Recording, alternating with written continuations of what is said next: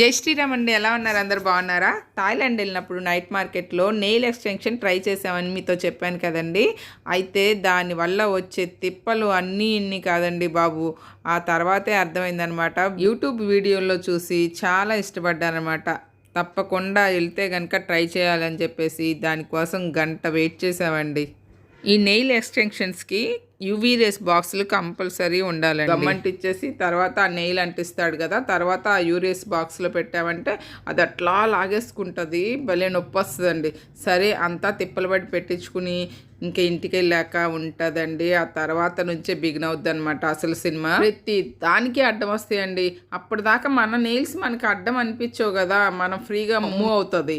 ఇంకా అవి ఎప్పుడైతే నెయిల్స్ పెట్టించుకుంటామో ఆ తర్వాత నుంచి అన్నం తినలేము, జుట్టు తూకోలేము, డ్రెస్అప్ చేసుకోలేము.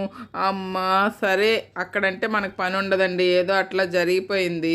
ఇంకా ఇంటికి వచ్చాక నా తిప్పలు ఒకటి కాదండి, అంతా ఇంత కాదు.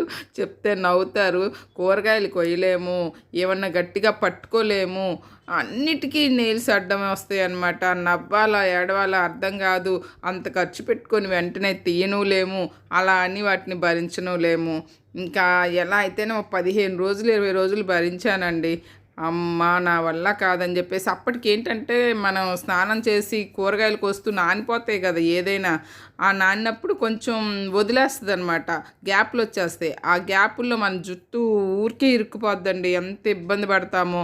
ఇంకా లాభం లేదని చెప్పేసి బలవంతంగా కొంచెం తీయాల్సి వచ్చింది, తప్పదు. వాటంతటా అవి ఎప్పుడు ఊడిపోవన్నమాట, మనం తీస్తేనే ఊడతాయి.